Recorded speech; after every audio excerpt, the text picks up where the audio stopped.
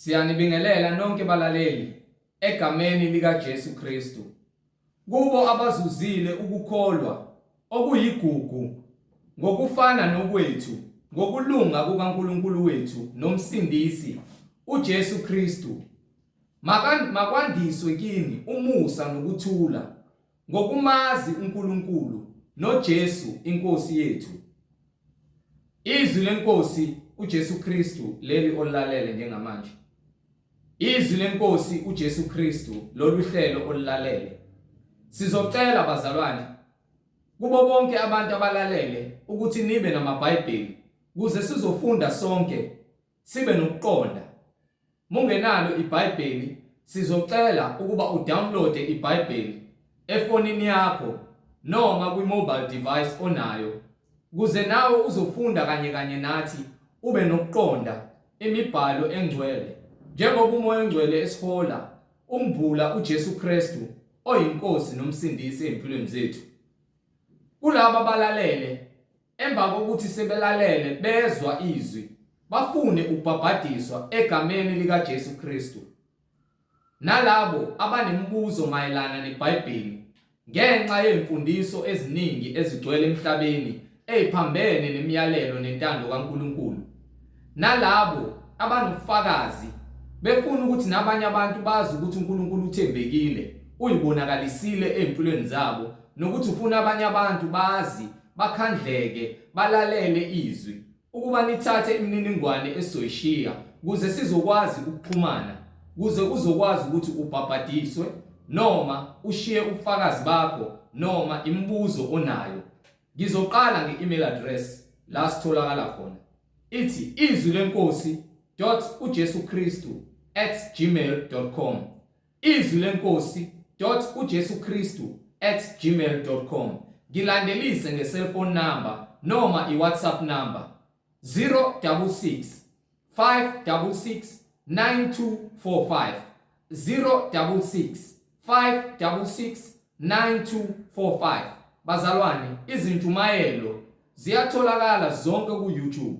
Lapho ungahlala khona phansi neBhayibheli lakho uhlolisise ukuthi lokhu okuzwayo ngabe kuyafakazelwa yini umoya ongcwele encwadini engcwele eyizwi lakhe. Uhlolisise ukuthi lokhu okuzwayo ngabe kuyafakazelwa yini ilokhu enifundisana khona njalo manihlangene nifundisana ngoNkulunkulu nithi yena ungcwele. Uhlolisise ukuthi lokhu okhuliswe ngakho ngabe kuyafakazelwa yini imibhalo njengobulalele. Bazalwane, ku-YouTube ihandle ithi izwi lenkosi uJesu Kristu. Izwi lenkosi uJesu Kristu.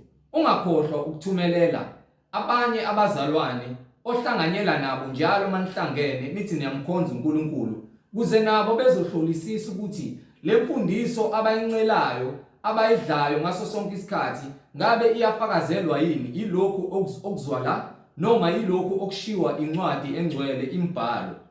Bazalwane, ku-YouTube ungakhohlwa ukusubscribe izwi lenkosi uJesu Kristu. Sizocela bazalwane ukuvula ngomkhuleko simbonge ubaba wethu osezulwini ngalesikhathi esinaso njengamanje ukuthi sizwe izwi lakhe elingcwele silamkele ngokomoya nangeqiniso ngokuba liyindlela nokuphila neqiniso ekumele sihlale kulo. Baba wethu osezulwini, mangcweliswe igama lakho Nkosi uJesu Kristu. Umbuso wakho mawufike, intando yakho mayenziwe emhlabeni njengasezulwini. Usiphe namhla isinkwa sethu semihla ngemihla. Usithethelele amacala ethu njengoba nathi sibathethelela abasonayo.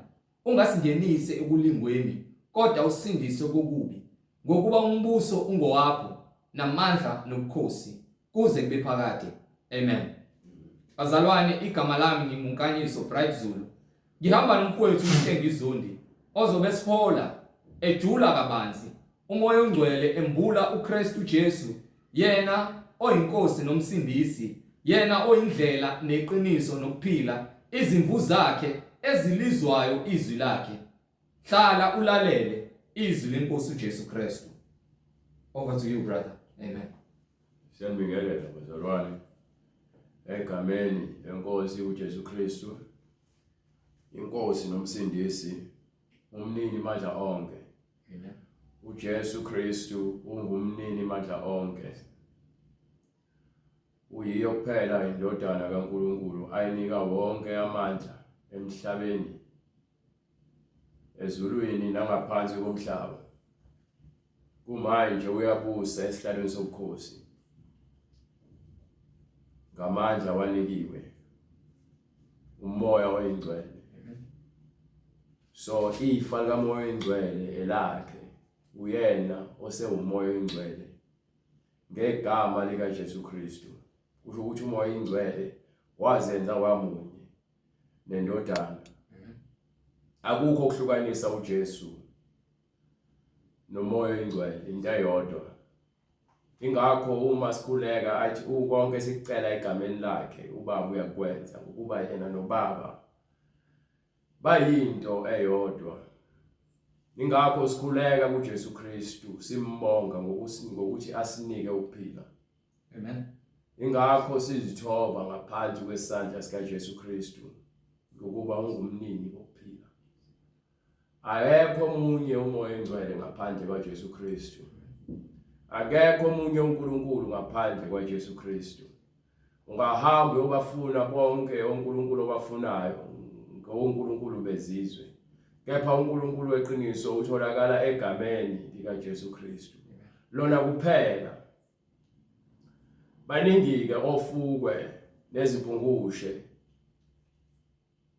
nabo bonke abaqambi bokubi namanga abahamba bekhuluma izinto abangazazi, bekhuluma ukwangala, bafana namafu angenamanzi, bafana nesiphethu esingenamanzi, bafana nolwandle olunamagagasi apheshulwa ngumoya angenayo indawo.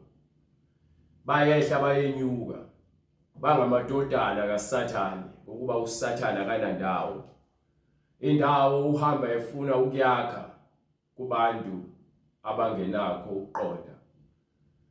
Mesafike kubona abe umoya wenkohliso, bese bekholelwa yikho konke abakuzwayo nabakubonayo. Benze izinto ezidaliweyo oNkulunkulu, bakhohlwe, emva kwalokho balahlekelwe nawuqonda ngoNkulunkulu odale konke izulu nomhlaba. Siyambonga uNkulunkulu ngendodana yakhe uJesu ayinikile amandla onke.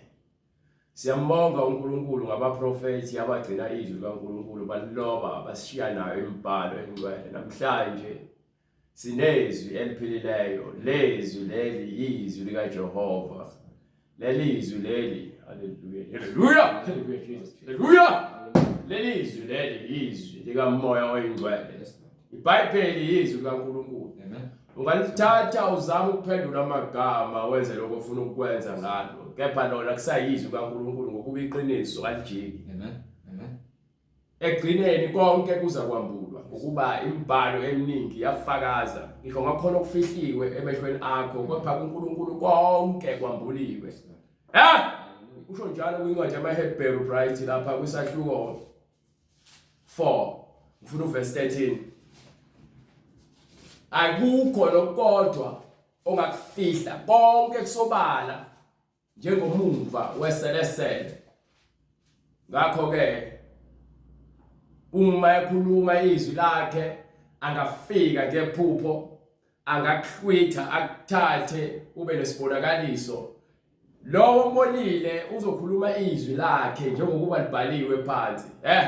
Incwadi kumaHebheru isahluko sesine verse 13. Yes sir. Futhi akukho nto edaliweyo, akukho nokukodwa okudaliweyo engabonakali phambi kwakhe, okufihlakele phambi kwakhe. Konke kuyabonakala phambi kwakhe. Uthi yena wakhe ubumnyama, waphinde wakukhanya, wakububi, wakokuhle, wadala izulu nomhlaba ngokuhlakanipha kwakhe. Akukho noyedwa umuntu ongaba phambi kwakhe amyale noma amtshele ukuthi uNkulunkulu ngifuna wenze kanje, enza kanje, awuyakhanga kahle lento le, funa kuyakhe kanje. No, uthi konke wakwakhe wabona ukuthi kuhle kuphelele, kepha konke kwambuliwe kusobala emehlweni akhe.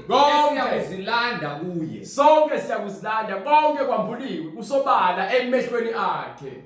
Lezi indaba. So ungazama ukushintsha ivangeli ukukhohlisa abantu abangazi bayathanda vele ukujabulela izinto ezikhala kahle bafana nezingane ezincane. Usathane uyazi ukuthi abantu bafana nezingane. Usathane isigangi esidala lalela usathane emdala kunawe ingakho kwenza uphile esonweni. Usathane emdala noAdam noEve ngesikhathi bakhe usathane usekhona ufikela kubona ngesikhathi sebedaliwe esekhishiwe ezulwini. Sathane isigangi esidala uyena lo kwenza ukuthi uhlezi ucabanga kabili ukuthi molizwe iqiniso noma lizokhulula iqiniso kepha ube nokufuna ukuphika ufune isizathu esizokwenza uphike ungaphenya yonke imbali ukuze uphike iqiniso. Usathane kunjalo siyamazi simazi ngemsebenzi uyasebenzisa nathi afuna ukuthi asikhohlise kepha fanele siloke silwa ukuthi uthe yena akaguquki unguJesu izolo namhlanje naphakade. Yilokho esikwaziyo. So lelizwi alishilo ilona kumele sibambelele kulona. Uma sibambelele kulona izwi lakhe akukho ukuthi usathana angafike nje akhohlise kalula ngokuba izwi lakhe liyaphila kuwena. Uzikhazimulisile wamkhazimulisa ubaba kithi. Kwenziwa yini uthi uyakholwa kepha uyilandile imfundiso? Kwenziwa yini uthi uyafundisa ngeBhayibheli kepha ufundisi ngemfundiso epheleleyo? Uzifundisela ukuthanda wena. Amen. Kwenziwa yini uzibize ngendodana noma ngendodakazi kaNkulunkulu noma kaJesu kepha uphambane nendlela yokuphila kukaJesu? Umbuzo wami lowo. Kwenziwa yini ungahambisani ngokuba phela uma izithupha ziyagwayi zihamba kanje? Thiwa ubucu obuhle buhamba ngabili ngeke kuze kube buhle bodwa. Fanele ukuba mathe nolimi konke kuyahambisana kuyaflowa ngesingisi kuyablenda into eyodwa. Manje kanje kwenzeka kanjani ukuthi uyakholwa uzofuna ukukholiswa ukuthi abantu bakuvume ngenkani ukuthi uMkristu? Haleluya. Uyabathi yini uzikhuphula? Haleluya. Into esibulalayo thina abantu ukuzikhuphula vele nokuzitshela ukuthi thina silento esifuna ukuthi siyiyona ekubeni singayona. Uma uzazi ukuthi ungaphansi kwaKristu uyazi ukuthi uyisona and insuku zonke uhlezi ucela intethelelo ngemicabango efikile ngokuba uyasitshela ukuthi izinto ezimbi zihlala kuwena. Sitshela umpostoli uPaul aphinda sitshela uJesu kwincwadi yaMathewu lezi zinto ezisibulalayo zingaphakathi kuthina. Ukuzitshela ukuthi uyinto ongeyona wena vumela imfundiso ikwenze ingane. Musa wena ufuna ukuvumela wena inhliziyo yakho ikutshele into ongeyona ngokuba inhliziyo ingumkhohlisi. Izinhliziyo zethu zingabakhohlisi. Sitshela uyena umdali wezulu nomhlaba and usitshela iqiniso kuphela. Iqiniso lodwa likhulumayo. Iqiniso kuphela uverse 18 lo ufunayo. Iqiniso kuphela uverse 18 chapter 15. Iqiniso kuphela leli alikhulumayo umoya engcwele. Ayikho into angayikhuluma. Yonke into ayikhulumayo i-against noma iphikisana nenhliziyo yakho. Inhliziyo yakho ithi hayi ayikho inkinga mengifeba. Athi umoya engcwele isifebe ngeke zingene izulu. Amen. Uthi ngizokwenza njani uma ngiyamthanda? Ngenze njani? Yebo uyamthanda but akathanda umoya engcwele. Uthandwa inhliziyo yakho efuna ukunikela umzimba wakho kube yithuluzi nokufebe. Umoya engcwele uthi qalani libophe ifindo nibe munye bese kuyimanxa ke lenza abantwana. Uma sebenzile abantwana ngaphambi komshado nashada zisoleni. Amen. vumani ukuthi nizoni nonile nicele intethelelo ngokuba lelo cala lakho limile uma wazange uzulivuma icala ngisho enkantolo uye enkantolo icala lakho uma ungalivumi litholakala ukuthi utholakala unecala icala lakho awulivumanga wena uzogwetyelwa lecala lakho ongalivumanga noma kuthiwa amanye awavuma leli wangalivuma zivume zonke izono zakho ngokuba zonke zihlezi enhlizweni yakho zifune zonke izono zakho elo moya ingcwele akuthethelele ngokuba inhliziyo yakho kugcwele ukungcola ngaphakathi kuyona kugcwele isono imidlinzo emibi uthini lapho uJesu incwadi ngokuka Mateyu isahluko 15 verse 18 kepha ukuphuma emlonyeni kuvela enhlizweni yonke into ephuma emlomeni wakho ivela enhlizweni lokho ke kuyangcolisa yona into ebulala umuntu lento egcwele inhliziyo yakho ngokuba enhlizweni kuvela izizindlo ezimbi kuvela imicabango emibi ukubulala ukuba lenzondo uze ufike kwisiphetho sokuthi wena ufuna ukuchitha igazi noma uthathe umphefumulo womuntu usingakufika isikhathi imicabango benayo leyo before uyenze awuvelanga nje wavuka wabulala umuntu ngisho uCain noma uKhayini akavelanga wavuka wabulala umfowabo kwathi kufika isikhathi sokuthi banikele enkosini wathatha imvu yekhethelo uAbel wayeseyihlabela uNkulunkulu wathatha amahlamvu noma izihlahla noma ke amaveji uKhayini wawanikela uNkulunkulu uNkulunkulu akathokozanga ngomnikelo kaKhayini uKhayini azange abukele kumfowabo athi ke ngokuba uNkulunkulu ukhonzile umhlatshelo kaAbel nami angenze njengoAbel kunalokho wavukwa inhliziyo ebuhlungu wavukwa umoya obuhlungu wavukwa inhliziyo embi wayese akha icebo lokuthi ke asuse noma athathe ukuphila achithe igazi kamfowabo ongenacala isono sesibili esokuqala esokulalela usathane phakathi kwaAdam noEva esesibili sokuchitha igazi njengokuba ke kukhona into ekuthiwa isono ungalaleli nokuceba amacebo uthathe izinqumo ezingafanele ngenxa ukuthi awumlalelanga umoya oyingcwele yebo uthi uyamkholwa uNkulunkulu yebo uthi uyamlandela uNkulunkulu kepha imfundiso yakhe awuyivumi amen so ukuchitha igazi usuke sowulakhile icebo noma ngabe kuthi umuntu ucasula manje ngenxa yentukuthelo yokuthi uNkulunkulu awunayo ungabi nabo uNkulunkulu kusho ukuthi wena ucontrolwa inhliziyo yakho lezo lonto leyo inhliziyo ingumkhohlisi inhliziyo ingumbulali abantu abaningi bafile ngenxa yokuthi ke bayahala ngenhliziyo zabo benze izinto eziphambene lokulunga bayathwala bayafeba bayadakwa bayantshontsha baqamba amanga bayathakatha ngenxa yokuthi nje inhliziyo yakhe iyayifuna lento eyifunayo kepha manje indlela eyifuna ngayo ayilungile bancamela ukudayisa imphefumulo yabo kusathane ngenxa yokufuna izinto lokugcwalisa izinkanuko zezinhliziyo zabo uthini uJesu ngokuba enhlizweni kuvela izizinto ezimbi kugcwele imicabango emibi enhlizweni yakho ukubulala ukuphinga ukubuka umfazi womuntu ukuthi uzinikele kumuntu uthi umunye naye uthi bese umunye nalowo muntu kepha ke imicabango yakho iwomunye umuntu ongahlangene naye yebo uthi uyakholwa yebo uthi uzalwe kabusha kodwa unezingane ngaphandle komshado ongafuni kwaziwe ngazo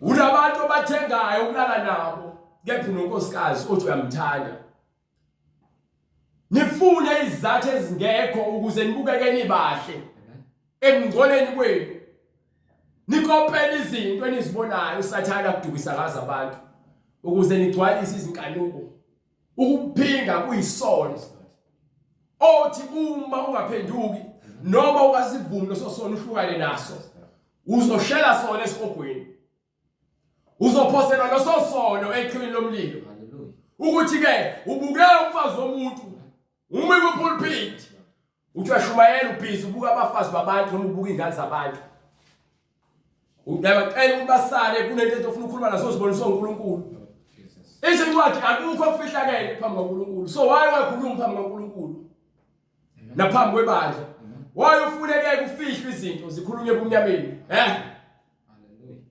kwenziwa yini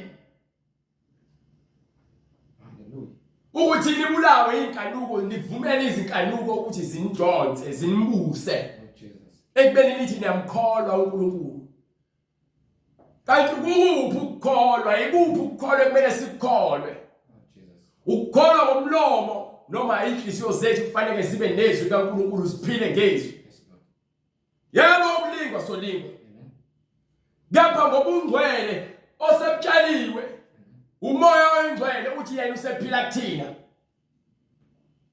uqala bekulandela umyalelo ngomthetho kaMoses kepha wayesethi yena uzohlala kuthina aboNkulunkulu wethu aphile nathi akhe kuthina thina siyumzimba siyithempeli kaNkulunkulu alakhile ngomfanekiso wakhe ubufebe wewe febe bantu babulawa ufebe ne-TV bafundisa ukufebe i-radio bafundisa ukufebe social media bafundisa ukufebe o-Instagram o-TikTok abantu besifazane bahamba nqunu amadoda ahamba nqunu bakhuluma ngama-date bayadeyithana ulala nabo bonke abafana ulala nabo bonke amantombazane uzibiza ngomKristu uthi ke uyadeyitha ulala ungashadile awuyiboni inkinga wena kepha uthi uyakholwa Lord Jesus. yini esikholwayo umzwami lowo haleluya Jesus uchaza umfana Hallelujah. ngamashiya akhe uchaza ke izindebe zakhe Lord Jesus. engakuba sekazunikele ngobuntu bakho unikele ngomzimba wakho uwenza ithuluzi lokufeba uchaza uwolethe womuntu Lord Jesus. uchaza indlela agqoka ngayo ukuze nje ulale naye uchazwa inkophe zokufakela kumuntu wesifazane uchazwa ukuthi uzigwebe kahle wazenza ubuhle bamanga uchazwa ukuthi ugqoke ibhlungu elipintshayo liveza ubuntu bakhe hey ubufebe buyambulala bababulala abantu usathane umbambe ngamaketanga Hallelujah. yebo nivuma ukuthi niyamazi uNkulunkulu Hallelujah. ngapha ke umsebenzi niyamphika nimfuni Hallelujah. Lord Jesus.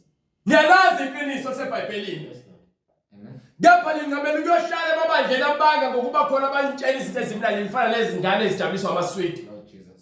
iza njalo ingane abanye badlwengula izingane ezincane ngokuba ke baloko bezinika izinto ezikhala kahle azabona intombi engane encane Lord Jesus. aphelele unembeza abona usatha bethi ungumhleki ungumbulali ungumqhabi banga uyakubulala unembeza wakho ukwazi ukuthi udlwengula ingane ungayiboni inkinga Hallelujah. abafundisi banana nezingane ezincane ngabe zibayazala ngenxa yokuthi babambe lamaposition ababambile baloko bethi ingane kunezifo kuze ezinye indaba kuthiwa umfundisi ubethi ingane uyazithandazela esike le ndlela yokuthi ikhiphe le demoni ukuthi alale nayo Lord Jesus. umfundisi athi uyafundisa kanti ubulawa izinkanuko oyindodana kaSathane ubulawa inkanuko zokufela emaromini bathi umfundisi wakhona akafanele abe nonkosikazi unkosikazi wakhe ibandla balengisela uJesu into ebenza besuka bahambe bothenga ingane zabafana balale nazo babe yitabana babe yihlobo niyabe nifeba nawo wonke amabandla ngoba banika izwasho nifebe ngokamoya nikhonza uNkulunkulu abadaliweyo izinto ezidaliweyo nizoba nabo labo uNkulunkulu phambi kwesihlalo sobukhosi lapho khona sekwahlulela ngokweqiniso ukuba akukho kufihlakele ayibona ukuthi wacabanga wedwa ubona ukuthi akekho umuntu okuzwayo uma ucabanga kepha uNkulunkulu uyayazi imicabango yakho uthi uyayihlola indlinzo yakho ukwakhile ngomfanekiso wakhe ayikho into angayazi ngawe akukho kufihlakele phambi kwakhe so indaba yokufebe le nize nilale nizalisana izingane lokho enithembisana umshado nize nihlukane nihambe nolala nabanye abantu. Umoya lo wenkohliso ukuthi usathane uthi hayi akalungile lo mshiye. Ufuna uhambe uqhubeke uyofeba kwandisa isono. Hallelujah. Wahamba uzalisa izingane zabantu lonke lonke. Wahamba uzalela bonke abafana. Wonke umfana olala ohlangana naye uyalala naye. Awubuzi lutho. As long as kunika imali kusho ukuthi usuwena usungumahosha wedayisa ngomzimba. Kepha ugqoka izivatho esontweni. Lord Jesus. Kepha uyacula ekhwayeni. Lord Jesus. Amen. Amen. Kepha uthi umholi wentsha. Gqoka amabhlukwe ufuna ukubuka kahle umfundisi le uyama la kwipulpit efaka uyashumayela useloku ecotha amathi kwezinye ishiasha ufuna ume khona ezoloku ekubuka njalo kuma kwakho. Amen. Yathi ukuthi esontweni. Hallelujah. Banike zonke izikhundla kubantu abafuna ukugibela phezulu kwenu. Ijabuliswa izikhundla. Noma usutshela iqiniso uthi hayi ngeke ngizwe ngawe mina. Lord Jesus. Izingane zilala nobaba bazo. Isinesikhwele koma wayo. Amen. Amen. Sathane ungumkhohlisi. Ngeke ukwazi ukulala nomuntu okuzalayo. Lord Jesus. Hallelujah. Ubaba wakho, uma wakho, usisi wakho. Ngakho ke ubufebe ngeke buze bukwenzele indawo ezulwini. Buyeke manje usanesikhathi ukufebe hlukana nokufebe. Lalela ngifebile ufebile. Sibile izifebe. Kepha ngokuthi siyalazi iqiniso manje akuvumi. Akusavumi uzinikele kwimicabango yokufebe. Ngenxa yokusaba loKristu ophilayo kwena. Nkosi Jesu. Uma webona inkinga nokuthi wena uphila impilo yokufebe ingokuba awakubamukeli umgcwele wena akakubi ingcwele wena. Awakumazi uJesu wena. Lord Jesus. Lord Jesus. Hallelujah. Niyalandela nje emasontweni ngena amasonto amanga. Amen. Amen. Nithi ke umuntu hayi uyajaja ayikhona ejajwayo. Umuntu ukutshela indaba zakhe iqiniso sikele sathi iBhayibheli ikutshela iqiniso.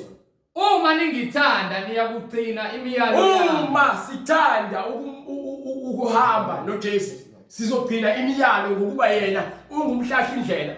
Ungumgadi wethu, ungumholi wethu, ungumalusi. So, izimvu zakhe ziyabazi umalusi. Incwadi ngokuka Johane isahluko 14 verse 21. Izimvu zakhe ziyalizwa izwi lakhe. Onemiyalo yami ayigcine. Lo nemiyalo kaJesu bese yayigcina. Kuyena ongithandayo. Uyena ukuthanda uNkulunkulu lo mongafuni ukwamukela izwi. Wena usaphilela wena izwi wena. Ongithandayo uyakuthandwa ngubaba nami ngiyakumthanda ngizibonakalise kuye. So ukuphila nobungcwele nenkazimulo kaJesu iyona le esenza ukuthi sibe mbunge noJesu. Sihambe ngezwi lakhe silizwe. Singaholwa ubufebe. Ubufebe kuyadlula. Bonke komhlaba lezinkanuko zakhona kuyadlula. Hallelujah. Kepha izwi lakhe limile. Alijiki. Amen. Uyabuza komunye umbhalo athi baphi obaba benu? Amen. Baphi okhokho benu? Abalizwa izwi labaprofeti bangandiswa. Kepha egcineni bazivumela bona ukuthi nguNkulunkulu ophilayo ngenxa yezinto abadlulisa kubona. Engabadlulisa kusona. Ngibakhombisa ukuthi mina nezwi lami yaguquka uma ngikhulumile ezakufezeka. Hallelujah. Uthi njengoba izwi lami liphume emlomeni wami, fanele lifeze lokho engilithumele kona. Yes Lord Jesus. Ngeke libuye lingenalutho. Hallelujah. Funeka ligcwalise uNkulunkulu bakhe. Yes Lord. Ungitsheleke wena ukuthi hayi uNkulunkulu this uNkulunkulu that awukholelwa uNkulunkulu uyazithanda izoni. Yebo wasithanda sisayizoni. Hallelujah. Hallelujah. Ngapha amasango othando lakhe akusho ukuthi avala isikhoko. Amen. Into ukuthana yakhe ephenjiwe phansi kwabafileyo. Ngenxa yokuthi nishiye uNkulunkulu lawo feba nemoya. uNkulunkulu unesikhwele. Obanike lencwadi Nahum. uNkulunkulu ongadlali bethu unesikhwele ukuthi ufuna sibe abakhe yedwa. Akafune ukubhanqwa nazinto ezingenamsebenzi. Nina abantu enithanda izinto engenamsebenzi, nikhonza leso sinto engenamsebenzi ngenhliziyo zenu zonke. nize nilahlekele ukuqonda ngenxa ngifuna uhambe chapter 1. Yebo, ngifuna chapter 1 starting from verse 1 or starting from verse 2, right? uNahume isahluko sokuqala iverse lesibili. Go ahead. uJehova unguNkulunkulu uJehova unguNkulunkulu oshisakelayo oshisakelayo ophindiselayo. uyaziphindiselela. uJehova uyaphindisela. Yebo. Ungcwele. Unjani? Ungcwele. Yebo. Ufutheka. Ukufutheke. Ungcwele. Ugcwele ukufutheka. Ugcwele ukufutheka. uJehova uphindisela kwabamelene naye. uJehova uyaziphindiselela kulabo abagolozayo. Kahle uma ugoloza kusho ukuthi umelene naye. Awufuni ukuzwa. Uyalibeka na ufuna ukulibeka. Ngepha intukuthelo yakhe ibekelwe wena ongezwe utshela ukuthi uNkulunkulu ukuthanda khona uyisoni. Ugcinela izitha zakhe intukuthelo. Ugcinela uma ungezwa izwi lakhe uyisitha kuyena. Uma ulizwa izwi lakhe ungalenzi wena uyisitha kuyena. Intukuthelo yakhe ibekelwe bonke laba bayakholwa kepha bengayenzi into ayishoyo. Into ekwenza ukuthi ube munye noNkulunkulu uJesu uyatshela ukuthi ukuzwa imiyalelo bese uyayenza. uJehova wephuza ukuthukuthela. uNkulunkulu uyaphuza ukuthukuthela. Mkhulu ngamandla. Mkhulu futhi ngamandla. Akenzi onecala abe msulwa. Yezwa indaba. Akeke azakuthethelele ungazange uvume izono zakhe. Ngeke azakuxolela awuphinde bafundele ithi lapho. Akenzi onecala abe msulwa. Ngeke athi ke uthi unecala athi awunalo icala. uNkulunkulu akayena uNkulunkulu obuyaluyana. Akayena nje uNkulunkulu okukhuluma amanga. uJehova unendlela yakhe. uJehova unendlela zethu. uJehova unendlela yakhe. No, uJehova unendlela yabo. uJehova unendlela yakhe. Uthi uJehova unendlela yakhe. Esivunguvungwini nasesiphephweni. Lapho khona thina ngeke sibone. Yabona lapho khona indlela yakhe thina sazi. Namafu ayibhuqu. Namafu ayibhuqu lezinyawo zakhe. Hayi ke uqedile. So amafu indlela lesikhanyiselayo ukuthi uNkulunkulu akeke uze umelane naye. Mekuthiwa amafu awubhuqu lwezinyawo zakhe kusho ukuthi uphakeme kakhulu. Ukuba uthi senabelo sakhe sile emhlabeni. Isihlalo sakhe sobukhosi sikezulwini. Uthi yimuphi iyiphi indlu ongakhela yona? Yiphi indlu ongakhela yona? Uphinde ngale incwadi yaMathewu. Imisebenzi enhliziyo ebulala abantu ukuba bangafinyeleli ekuphileni naseqinisweni lobungcwele. Ukweba. Ukuba isela untshontsha. Ukuthatha ungalikiwe bese ungavumi. Ukwenza amacebo ukuthi uhambe uyoqhekeza emzini womuntu. Ungene ngewindi. Uthatha izinto ongekuphandle kwemvume. Uyisela. Ukufakaza ngamanga. Ukuba umfundisi. Othi umfundisi kaNkulunkulu uphathe iBhayibheli. Ungene endlini yabantu abangcwele. Uzokhuluma amanga untshontshe abafundi bakaJesu ngamanga. Ukuba yisela lokho. Yakutshela futhi ke uJesu athi ke bonke abafika emva kwami bangabasela. Nabafika ngaphambili bangabasela. Kepha mina ngingumalusi olungileyo. So izimvu zakhe ziyalazi izwi lakhe. Uma isela lizibiza izimvu zikaJesu aziphenduki. Zizwa izwi sibona ukuthi hayi lo isigebengu lesi isela le akezi ngokuthi ke alethe ukuphila. Kepha ulethe ukuthi azobhubhisa. Uzoqeda ngebandla labangcwele. Abaningi benu balandela abafundisi nabaprofeti bamanga. Ngenxa ukuthi banitshela izinto ezijabulisa inyama nenhliziyo yakhe kumkhohlisi. Hallelujah. Bengeke ngikholwe ngingazi ngikholelwa yini. Ngikholelwa ekutheni khona ukuphila emva kokufa. Lokuphila qala manje. Uyazikhethela indlela eyiphileni. Hallelujah. Uma ungakubona ukuphila emva kokufa wena. Lord Jesus. Uyaphakathi esifogweni. Ukufakaza ngamanga. Uma ufakazi bamanga, niyafakaza ngazo zonke izinto ngamanga. Nikhuluma izinto ezingekho. Hallelujah. Uma umuntu umthanda, ungamfakazela. Uzuqinisekise ngamanga. Umfundisi wakho uyamazi uyafeba. Umfundisi wakho uyamazi unamanga. kepha uyamela ufuna ukumkhulumela esikungeza ukuthi umtshele ulento ayikhuluma yayikho wena uyayivumela ukuba wena uthanda umuntu usaba isikhundla sakhe kanti yini uNkulunkulu ayikhalelayo kubantwana bakaIsrael akakhaleli ukuthi into ayikhalelayo ukuthi kube khona ukulunga nomusa nokwahlulela ngendlela efanele ungasabi ubuso babantu utshela uEzekiel atshela uJeremiah the same thing athi ungasabi ubuso babo ukuthi bakubuka kanjani ingakho simla sikutshela lento esitshelayo ukuthi ngeke uthi wena uNkulunkulu wakho ushembe Lord Jesus uze ume nje impela uthi uNkulunkulu wakho ushembe uvume amen kukhona uNkulunkulu odalizwe izulu nomhlaba amen uzovuma uNkulunkulu okuzothiwa abantu abamnyama lo wena usho ukuthi uyisibula hallelujah ukuthi wena uyimpumputhe ufakazela amanga wena amen sithi sicela ubufakazi ngencwadi engcwele ukuthi ke ushembe unguNkulunkulu noma uJesu noma umele uMoses Lord Jesus asifuni izwa bethi sifuna iBhayibheli bese ke siyayeka ukukhuluma ngalezi zinto sikhuluma ngazo uma lingekho iBhayibheli nina ngofakazi bamanga ngalokho bonke ofakazi bamanga bayesifogweni ngeke uvuma uNkulunkulu ukuthi ukathatha uNkulunkulu uthi uyedwa uNkulunkulu uvela kaningi eBhayibhelini ngendlela ezahlukahlukene ngeke uthi uyedwa amen why ukhetha ukuthi ukathatha ngeke ukuthi uthe ubaba Lord Jesus wathi uyindodana amen wathi umoya ingcwele ubaba kuyena ni umoya ingcwele umoya ingcwele kuyena ni ubaba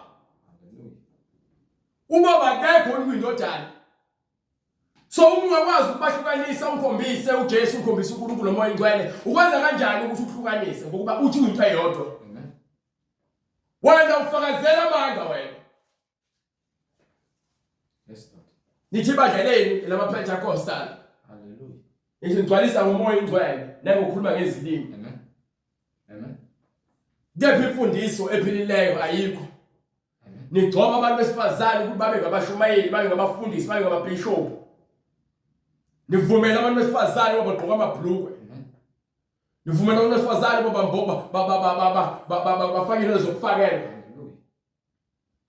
nifakaza amanga amen hallelujah abantu abanqoba ngezwi likaJesu ukuthi lithini izwi ungakhuluma nami bese ngibuze lithini iBhayibheli amen ngalento oyishoyo uma uzothawazi noma uzothi hayi phela lana kusho ukuthi uPaul ekhuluma nebandla laseKorinte suka kumina ngapha kumina ngakho lahlani amanga nikhulume iqiniso kumele sikhulume iqiniso noma ngabe kuthiwa kubuhlungu yes Lord likhulume iqiniso yiloyo naloyo nomakhelwana wakhe likhulume iqiniso yes Lord nomakhelwane wakho ungasabi lokhu ngamalungu omunye komunye ngokuba yini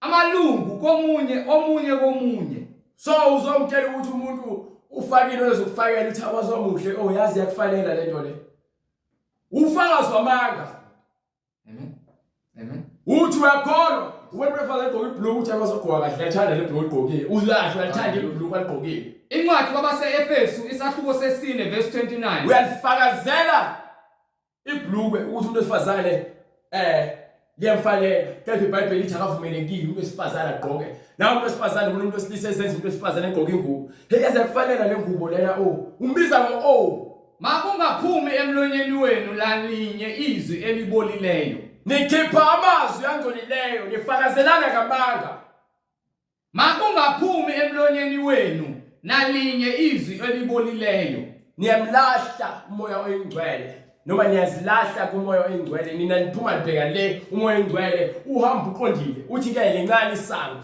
and angingeni lutho ongcolile nina nimile ngokufakazelana ngamanga niholelana kuphi emgodini nilandela abafundisi abaniniki izwasho amen abafundisi abangena inkinga namanga niyabathanda niyabalwela Lord Jesus niyabaposta kuma status beniphephetha uwe kilikiki amen ngokuba yini ningofakazi bamanga yes Lord ungofakazi weqiniso ubheka izwi ukuthi lithini ngalento esifundisayo yes Lord ubheka izwi ukuthi lithini ngalento ekhulunywa umfundisi wakho kodwa kube ngelilungele ukwakha izwi esiphimiselayo makube izwi elisibuyisela endleleni njengokuswelekileyo ngoba ukulunga iyona into eswelekileyo kulomhlaba kubuyisa umoya kaSathane.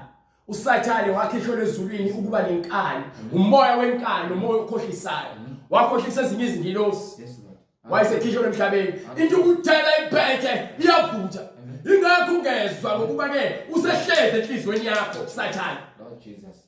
Amen. Uyayibusa inhliziyo yakho ngamanga ukuze libavezele umusa abezwayo. Yabona izwi leli liletha umusa njengoba lithi uJesu weza ngomusa nangeqiniso. Lord Jesus. Uyana lo Jesu lesikhuluma ngaye. Amen. Olethe umusa uzwe wena uzwe. Amen. Amen. Izwi eliphilileyo. Amen. Bese emva lokho uyamkela. Yes Lord. Ukuphila okuphakade. Awamkeli mina. Awamkeli inkolo yami. Wamkela umoya ingcwele. Hallelujah. Umoya ingcwele uyena oletha ukuphila. Hayi mina ngikuletha ukuphila. Mina ngivesele esetshenziswa umoya ingcwele ukuthi ngipepeleze ngenze lo msebenzi engwenzayo ngezwi lakhe. Hallelujah. Angizanga kumina ngokuhlakanipha kokufunda kwami ukuthi ngafunda apha ngaze ngikutshela futhi akubalekile lokho. Into engizengayo ukutshela into efuna umoya ingcwele. Ukufakaza ngamanga. Niye ubufakazi bamanga lifakazela amasonto engamanga. Lithini iBhayibheli? Lithini ibandla lakho? Ukuhlambalaza. Ukuhlambalaza likhulume lithi ningabaKristu. Kepha imisebenzi yenu nihlale emajointini nephila ekufebeni. Yilezo zinto ezingcolisa umuntu. Niyahlambalaza izwi. Nisibiza ngababishop. Hallelujah. Kepha ungcwele liphili. Nithatha abafazi ngababili. Uthi umbishop. Ingane zakho ziyitabane. Ngeke uze umbishop. Ingane zakho ziyitabane. Ngeke uze umbishop. Ingane zakho zifebe. Amen. Obaphe incwadi yokuqala kaTimotheo. Hallelujah. Mengaphosisa hloko sesithathu. Sukela kuverse 1. Ngeke uclaim lezikhundla lezi. Umngcwele ungaphili. Fanele uqale ukwazi ukulawula umuzi wakhe ekhaya before ukwazi ukuzongena emzini kaNkulunkulu uzotshela abantu ukuthi fanele benzele. Ngiphi? Incwadi yokuqala kuTimotheo. Isahluko sesithathu ivesi lokuqala. Yes sir. Likholekile lelizwi. Lezwi leli siyalikholwa, likholekile lelizwi elithi uma umuntu efisa isikhundla sombonisi. uma umuntu efuna isikhundla sokuba umbishop, unqanele umsebenzi omuhle lokho yebo. ngakho umbonisi umelwe. Ngakho ke umbishop kufanele abe ngongasolekiyo. Ezinto lokuqala ungabonakali, ungazwakali, ungaphathwa nangeze ngokuba isela, nokuba isifebe, nokuba isiphingi, nokuba umqambi wamanga. Lord Jesus. Indoda emfazi munye. Fanele futhi ungabi nabafazi ababili. Ungabi umbishop oseke washada wadivorce, awuqualify ukuthi uke wena ube umbishop. Fanele ube nomfazi oyedwa, ophilayo, othembakele.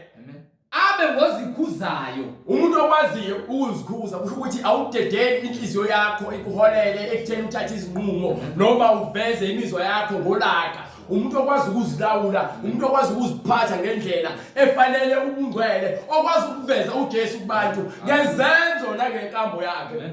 Oqondileyo. Umuntu ohamba indlela eqondileyo. Oziphatha ngokufaneleyo. Uziphatha ngendlela efaneleyo. Ongenisa izihambi. Umuntu okwazi ukuphatha abantu abayizihambi kahle, omuntu noma umuntu edukile amsize. Ongabona umuntu edukile umqhubeke umdukise noma umphebeze. Lord Jesus. Funeka ukwazi ukuxhumana nabantu, umbuze umuntu, uhlale naye phansi, umuphe ukudla mona ukudla, umuphe indawo yokulala mona indawo yokulala. Umuntu odingile uyakwazi ukuthi umsize. Amen. Uthi umbonisi makufakazele imisebenzi yakho. Onesu lokufundisa. Umuntu onekwazi ukufundisa, okwazi ukukhuluma iqiniso, okwazi ukuvula uqonda kubantu abafuna ukwazi ngezinto zikamoya. Kusho ukuthi ke fanele ube umuntu osehambile noNkulunkulu, othembakele ezweni. Hallelujah. Ngeke ube ivukane nje ubese uqhamuka uthi wena umbonisi noma ngabe ukufundela esikoleni lalela kufundele. Jesus. Lord Jesus. Izwi esifunayo. Hallelujah Jesus. Hallelujah. Izwi Lord Jesus. esifunayo asifuni certificate zethu. Hallelujah. Certificate sethu umoya ingcwele. Hallelujah. Certificate sethu umoya wokuzithoba ulalelizwe. Hallelujah. hayi indaba zokuhamba nifuna ukusikhomela ngetifiketi. Ingakho umuntu wesifazane bamba bayofundela ukuba abafundisi banika idifiketi babona ukuthi sebeyaqualify baphikisana neBhayibheli. iBhayibheli usho lokho nina nenza lokho ubone kumele simlalele.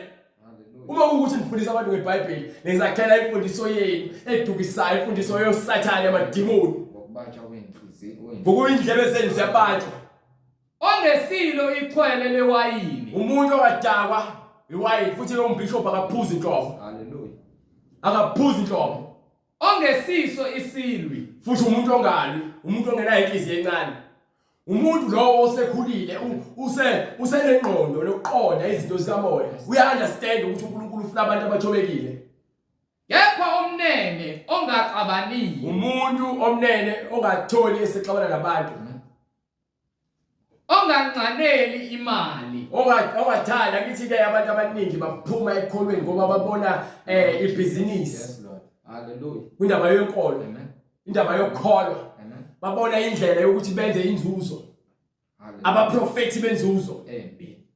Benza vele inzuzo yabo yimpi. Haleluya. Ngokuba yikho into abayicabanga ngaphandle kwemali, babuswa imali. Haleluya. Iyakutshela nje yona le ncwadi uzobuze la. Hambe kusa 6. Amen. Verse 9. Haleluya.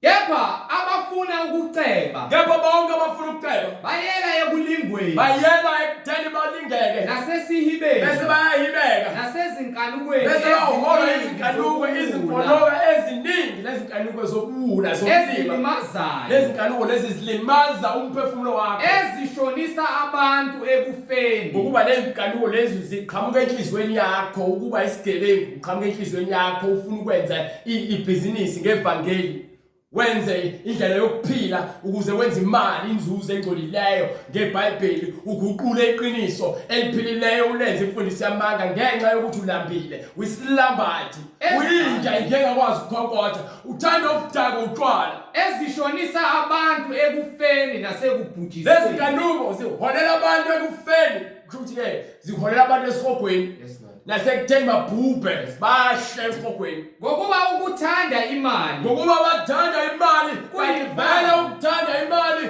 kuyimpande yakho konke okubi imali impande yakho konke okubi abantu babulala abantu bathengiwe ukuba babulala abantu bafuna izikhundla ngenkani baze bathakathe ngenxa yokuthi bafuna imali abantu bahamba bayongena ezinyangeni bathwale ngenxa yokuthanda imali abantu bahamba izinyanga ngoba befuna ukukhushula esikhundleni ngenxa yokuthanda imali abantu badayisa ngemizimba yabo ngenxa yokuthanda imali abantu bazinikela ebangeni ngoba babofazi ngamanga ngokuba yini bafuna ukuthi bathole imali abanye ngokuyifisa abanye ngenxa yokufisa imali bathukelwa ukukholwa balahlekelwa yini ukukholwa balahlekelwa ukukholwa izwe lipheleleyo liyasuka enhlizweni yakho uma sobona imali noma sowuzwa ngemali ungenza noma ngabe yini ukuze ube nemali awukholwa wena bazigwaza ngeminjunju bese bazigwaza ngeminjunju eminingi bazigwaza ngezinhlungu bayazibulala ngezinhlungu ngenxa yokuthanda imali abafundisi amabishop omama obaba izingane abasalazi izwe lipheleleyo bafithwa ushukela bayafa isifo sikashukela baphuziswa amafutha bayafa isibhekiceki abasakwazi ukuzimela sebehamba ngama wheelchair bephila haleluya ngenxa yokuthanda izinto ezisheshayo ngenxa yokuthanda indlela elula yokuphileni ekuphila kwalemhlabeni inzuzo yalemhlabeni kepha eholela ekufeni ngibe incwadi yokuqala kuTimotheyu isahluko sesithathu ivesi lesibili yes sir lapho umbonisi umelwe abe ngongasolekile umbonisi kufanele kube umuntu ongasolekile indoda emfazi munye abe ngofaneleyo abe indoda efanele ukubusa ongenisa izihambi okwazi ukuthi ke aphathe abantu kahle onesu lokufundisa okwazi ukuvula uqonda kubantu abangenako uqondo ongesilo ichwele lewayini ongathandi ukudaka utshwala ongesiso isilwi futhi umuntu ongenalo udlabe kepha omnene umuntu othobekileyo ongaxabaniyo umuntu ongenalo udlame ongenayo inzondo onganqaneli imali futhi ongathandi ukuholwa izinkanuko eziholela ekubhujisweni nasekufeni. Ophatha kahle indlu yakhe. Umuntu okwazi ukulawula umuzi wakhe, fanele akwazi ukulawula umuzi wakhe. Abantwana bakhe bamthobela. Fanele ukwazi ukukhuluma nengane zakho zikuzwe. Ngeke ukuthi uzobusa ibandla ekubele ekhaya ingane yakho ayikwazi ukuzwa. Noma ingane zakho zilalela uma waso, azimlaleli umoya engcwele. Abantwana bakhe bemthobela ngenhlonipho yonke. Ezindaba uyazinikela kumoya wokuhlonipha. Kepha umuntu uyazinikela kumoya wokuthobeka. Uyazinikela lina zingane alalela abazali. Abazali abakwazi ukukhuluma lezi zingane. Lord Jesus. Bafuna ukuzincengela eziganeni ngokuba uthi uhulumeni ingane yakho kanje lithi kanje uthini uNkulunkulu. Kepha uma umuntu engakwazi ukuphatha owakhe umuzi, uma umuntu engakwazi ukuphatha umuzi wakhe, angaliphatha kanjani ibandla likaNkulunkulu na? Ungahola kanjani ibandla lokugcwele? Ungakwazi ukukhuluma iqiniso, ungakwazi ukutshela ingane yakho ukuthi ayigqoke, ungakwazi ukutshela ingane yakho ukuthi ayifanele igundi ingane yentombazane, umfana ungamtshela ukuthi kangaluki. Umfana wakhe egqoka amaskini ejini nezicathulo ezicobezelayo. Eveza isifuba, efaka amacici, ependa umlomo. Egunda amakhaya angaqondakaliyo. Uthi uzala umbishop. Angabi ngosanda kukholwa. So kufanele futhi ube njengoba ngithi kufanele ube umuntu osevuthiwe ekholweni. Kufanele ube umuntu osehambile nomoya engcwele ukuze ke agcwalise konke lokho akhombisa ukuthi uthembakele. Ngokuba ngeke ngithi manje ngifuna ube umbishop. Kusamele ngikhule. Ngibe yikhehla elikwazi ukuphatha umuzwalo. Ngeke ngithathe umfazi ongezwa bese ngithi ngifuna ube umbishop. Ngeke ngizale izingane ezingezwa bese ngithi ngifuna ube umbishop. Fanele ngibe umuntu olalelwayo ekhaya. Angabi ngosanda kukholwa. Funa ngokukhukhumala. Ngoba ngenxa yokukhukhumala abantu abaningi bakhohliswa izikhundla abazinikwayo bese balahlekelwa ukukholwa. Badaya izinto eziphathekayo. Umuntu ahambe futhaniseke usefuna ukubizwa ngegama lesikhundla abizwa abekwe kusona. Funa ngokukhukhumala. Ayele ekulahleni kukaSathane. Ngokuba ke uSathane uyahamba uyabhonga njengebhubhe ufuna bonke labo basikukhumezayo. uNkulunkulu into ayizondayo abantu abaziphakamisayo ngezwi lakhe abazitshela baphakeme ngaphezulu komthetho kaNkulunkulu. Akekho noyedwa umuntu ongaphezulu komthetho. Umthetho kufanele kuphile kuthina. Thina sifanele ukuba umthetho. Akekho umuntu ofanele abuse ngaphezulu komthetho kaNkulunkulu. Akadala oba ngabe ke ufunde kangakanani ukufunda kwakhe akubeki ngaphezulu kaNkulunkulu ngokuba kunoNkulunkulu odala izulu nomhlaba okuyena obusayo emhlabeni nasezulwini nangaphansi komhlaba. Ngokuba uJesu uyasitshela ukuthi uyena onguye lo uNkulunkulu ukuba wonke amandla anikiwe yena ezulwini emhlabeni nangaphansi komhlaba. Wanika elinye igama elibusayo emhlabeni ngaphandle kwegama likaJesu. Ilona kuphela igama esinikiwe ukuze thina sizwe ukuphila obuqotho ngesikhathi sihamba ngokwenyama besiphila ngokuhamba kwezinkanuko zethu. Kepha manje sesiphila ngezwi lalowo omnini mandla onke ofuna thina siphile sifane naye ukuze sikwazi ukuthola ukuphila okuphakathi kuba ngaphandle kwakhe akukho kuphila, akukho ndlela, akukho zulu. Sonke sizophelela emhlabeni ukuba yini sizihambela ukuqonda kwethu.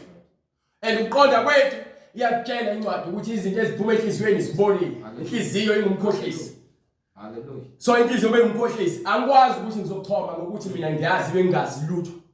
Uma ungazi ukuthi wavela kanjani futhi awulazi iBhayibheli. Uma ungazi ukuthi uNkulunkulu wenzani eqaleni awusho awulazi iBhayibheli. Uma ungazi ukuthi uJesu eqaleni ukhona awulazi iBhayibheli. Uma ungazi ukuthi uJesu uyabuya awulazi iBhayibheli. Uma ungazi ukuthi khona izulu awulazi iBhayibheli. Awumazi uNkulunkulu futhi. Uma ulala washadile awumazi uNkulunkulu. Hallelujah. Uma uphinga awumazi uNkulunkulu. Hallelujah. Uma uqamba amanga awumazi uNkulunkulu futhi awumsabi uzitshela abantu wena lokho okhulumayo kufanele ukukhulume ukuze kuzuzise inhliziyo yakho nezinkanuko zakho. Baningi abantu abakholwa kepha bafeza izinkanuko zakho. Thuka ke ngamela ukuthula kunokuba ukhuluma izinto egcineni ozozisola ngazo. Ngaphambi kokwahlulela lalela kuqala ukuze ke ukwazi ukufunda nokwahlulela ngendlela efanele. Akwazi ukuthi ngoba ngizothi ngithi hayi yabona lo ulungile. Akazange ayikhulume lento le. Ngiyabuka yini abuke kangaka. uSathane uyakhanga ngobuhle ungayiboni inkinga ebini kanti indaba abantu bafele yindaba abantu bathatha abafazi abangalungile ngokuba umuntu wena ubuke nje ubuso yena wabuka indlela ahamba ngayo wabona unkosikazi thina sibheka umuntu ongaphakathi ukuthi uyabusaba yini uNkulunkulu nina nibheka ngaphandle bese fikile ekhaya useyakushisa awuthathanga isikhathi Amen. wena wahluleka ngokubuka wena phela thina sifuna ukubona umngcwele umoya ingcwele muzwe ekukhuza ekutshela izinto ekufanele uzizwe nezinto ekumele uzenze muzwe umoya ingcwele ngoba ngomuzi umoya ingcwele ngeke usungizwe mina ukuba mina ngikhuluma izinto zikamoya angikhuluma izinto zami akukho nakodwa ngikhulumayo okuthandwa yimina ukuba kuyangami ngabe nami ngiphila njengoba bonke abantu ngiyehla ngenyuka ngihamba nqunu ngeke ngiyaphuza ngiyabhema ngiyafeba Lord Jesus. kepha kusenzeki lokho ukuba lo muntu ophila kumina ungikhuzile wazambula wangitshela ukuthi le ndlela ngiyona indlela yokuphila le ndlela engiphila ngayo ngiyolele ekufeni wangihlukanisa labantu abekade ngibathanda engibe ngicabanga ngabo ngithi yazi kanti usathane usebabuyisa ufuna ke ngiloke ngicabanga into eyodwa ngeke ngizingise ndawo bese udlulile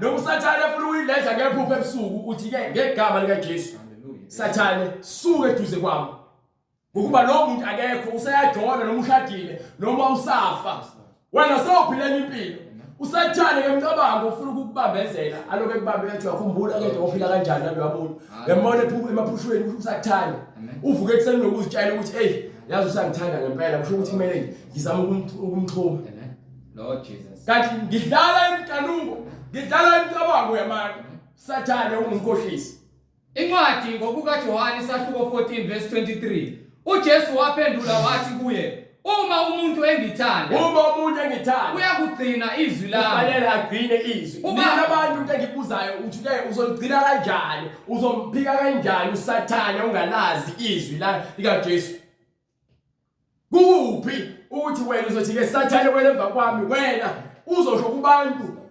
abawosathane njengabo abagcwele usathane enhlizweni zabo uma umuntu engithanda uyakugcina izwi lami ubaba uyakumthanda so uma uzothi wena hayi lo nosathane kepha nezinto efanayo nobabili usathane imfene ikhombisa ihleka isiphongo senyimfene Lord Jesus. ubona ukuthi ulungile emehlweni akho into esahlulelayo yizwi uma sigcina izwi uNkulunkulu uyasithanda uthokozile ngathi siyezwa futhi ngaphakathi kithi ukuthi no yazi akekho umuntu engimzondayo noma kukhona umuntu engimzondayo ngicela into ethelele ngoba angazi ngicela futhi ukumthethelela lo muntu ngoba angifuni nokuthi ngibe nenkinga nanoyedwa umuntu ukuba lo moya engcwele usephila kwena ubaba uyakumthanda so umoya engcwele umephila kwena uyezwa ukuthi ke hayi lokho engikhulumayo nalo ngicabangayo akuhambisani ngoba ngiyalazi izwi nina abantu inkinga namavila voco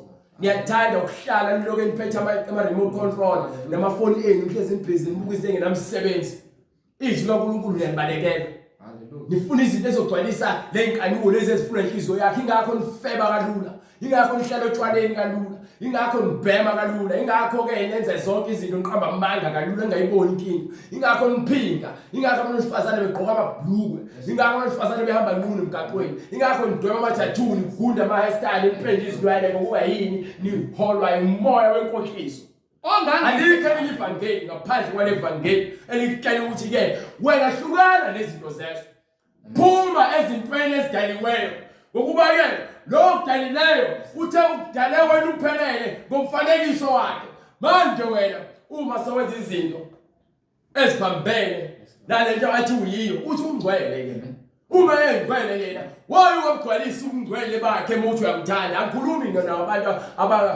abangabahedeni nabantu abangakholwayo ngikhuluma ngabantu abayakholwa ukuze abantu abangakholwayo babone kwena ukukhanya kukaNkulunkulu kukhanye kwena wayi wena uthi uyakholwa kepha uphilisa kwabantu abangakholwa umbuzo wami lo ukuthi kwenziwa yini nithi niyalazi izwi noma niyakholwa kuJesu kepha nimphike ngezenzo umbuzo wami lo kuphela ngifuna ukwazi ukuthi kwenziwa yini nithi niyakholwa Kepha ngokwemisebenzi niphambene nokukholwa. Ukukholwa kusho ukuthi ulandela imfundiso yokungcwele.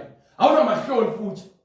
Awunamahloni ngobungcwele bakho ngokuba ke isiphiwo lesi abantu abaningi abangenaso. Wena uphiwe mahhala ukuphila. Ukuze noma kuthiwa uyafa lo mzimba kuwona.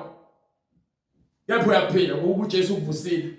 Ongangithandiyo kagcini amazwi ami. Lowo ongangithandi akawagcini amazwi.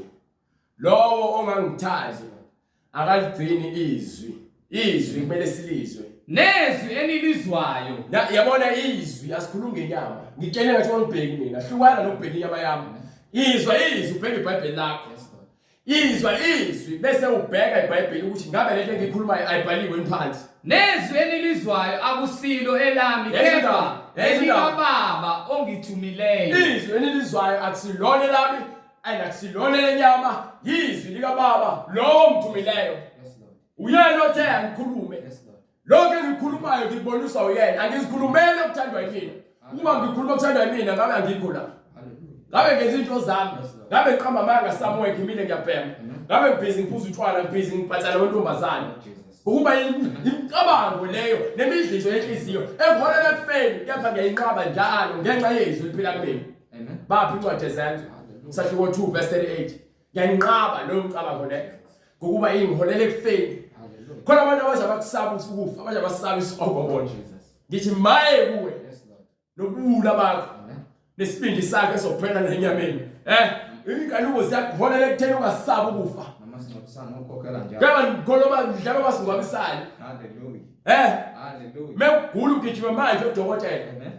Amen. Kunzima ukuthi ukuthatha amaphilisi, ngithatha amaphilisi ngiyakithi ukulula ngisamthembile. Hallelujah. Ngiphethe ikhanda lisimanga. Yes Lord. Ngigula kumanje ngiyagula kepha uNkulunkulu haleluya haleluya Jesus. Uyanginika ukuphila. Hallelujah. Izwi lakhe liyangimisa ngikwazi ukupompoloza. Amen. Ngobungcwele bakhe. Sasidla izinto esingayibona. Sinikwa yonke into lethiwa sidle siphuze. Akunqabekile vele ukuthi ke usebenzise imshanguzo. Kepha ungathembeli kuyona. Ukuba nalokunika imshanguzo ufuna kathembele uNkulunkulu. Uma engathembeli uNkulunkulu wayena impilo yakhe ayikho. Lord Jesus. Ayikho impilo ngaphandle kwaJesu ngitshele mina. Ungazikhohlisa ulwe uthi ngoba naku mina hayibo nganginengculaza ngabe unanda ama-ARVs. Awuphilile wena. Amen. Amen. Ukuba usalala futhi ungashadile usaphila efebeni. Hallelujah. Awuphilile wena usawudayisa umzimba. Jesu uphilisa. Hallelujah. Jesu yena ukunika ukuphila hayi ngiphila kwena ekujabisa ukuthi inyama yenu nibukeke iyinhle. Hayi ngidla kamnandi ngidla ama-veg ngidla into eziphilileyo no. Aziphile lezo zinto. Amen.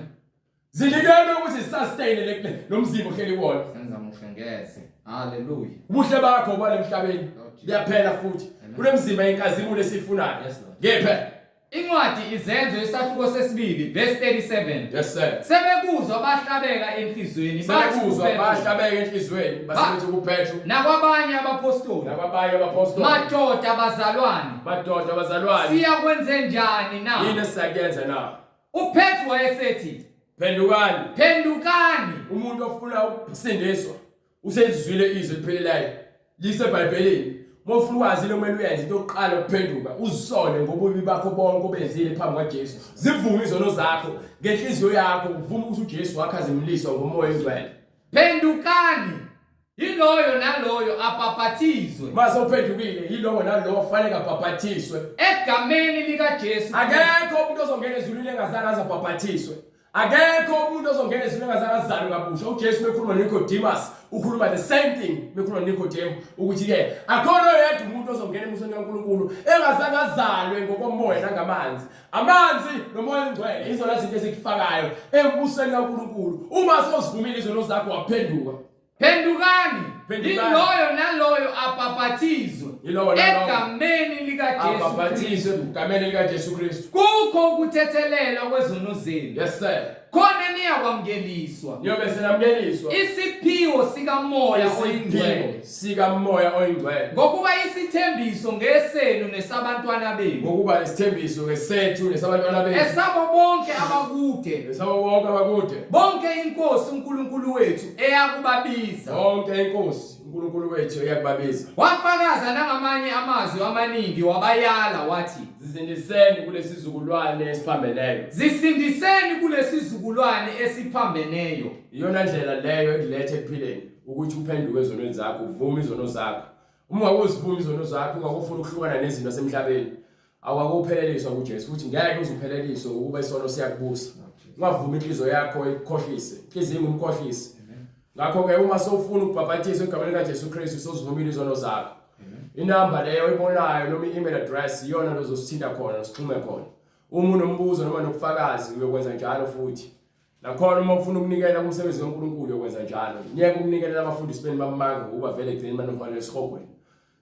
Into ekumele yenzeke ukuthi kufanele sihambe sivakashele zonke izindawo ngamandla kaJesu. Uma evumile uNkulunkulu ethi inhliziyo yakho yokwenza njengoba kufanele. Namanje siyabonga uNkulunkulu ukuthi uNkulunkulu angcine kuze kube siyabonana ngokuzayo. Baba uNkulunkulu namanje egameni likaJesu Kristu siyabonga ngomusa wakho osenzele wona. Siyabonga uNkulunkulu ngokuveza ukukhanya kwakho nangokukhulu bakho. Wona uNkulunkulu odala izulu nomhlaba, ukuhlakanipha kwakho akekho ongakuhlola uNkulunkulu ngaphandle kwalabo abazithobayo ngaphansi kwesandla sakhe esiphakeme. Bezwe izwi lakho. Bazithobe bezwe wona uNkulunkulu uphila kubona bakwamukele ngokupheleleyo. Bathathe ijoka lakho uNkulunkulu ngokuba lona lelula, bathathe isiphambano sabo bakulandele insuku zonke. Kungabe ukuhlakanipha kwenyama kepha masizwe izwi lakho uNkulunkulu silesabe. Ngokuba umbhali yasho ukuthi ke mesabe uJehova ugcina imiyalo yakhe. Namanje ke uNkulunkulu makube yona into ehamba phambili leyo. Ukuthi sihlukane nemisebenzi yenyama uNkulunkulu esonele kufeni. Kepha sizwe izwi lakhe eliphilileyo ngokuba uNkulunkulu ophilayo, uNkulunkulu onamandla, uNkulunkulu onothando, uNkulunkulu ophuzayo ukudinga. Kepha into ukuthi lakho mesigcwele uNkulunkulu konke kuzophethwa. Ngeke sabakhona musa, ngeke sabakhona musa uNkulunkulu ukuthi uyobe sonika abantu ngenxa ukuthi abantu banikiwe isikhathi kepha badlala ngaso. Sishiya uNkulunkulu lezwi lakho malisabalale ligcwale inhliziyo zabantu. Lusathane uNkulunkulu ngabi nandawo kulomsebenzi esiwenzayo. Singamniki indawo nathi uNkulunkulu ngokuzithoba nokuzinikela ezweni lakho. Ngokuba umusa nokuphila kungokwakho namandla lokhosi kuze kube phakathi. Amen. Khazimulisa uNkosi uJesu njengenkosi nomsindisi empilweni zethu manje naphakade. Amen.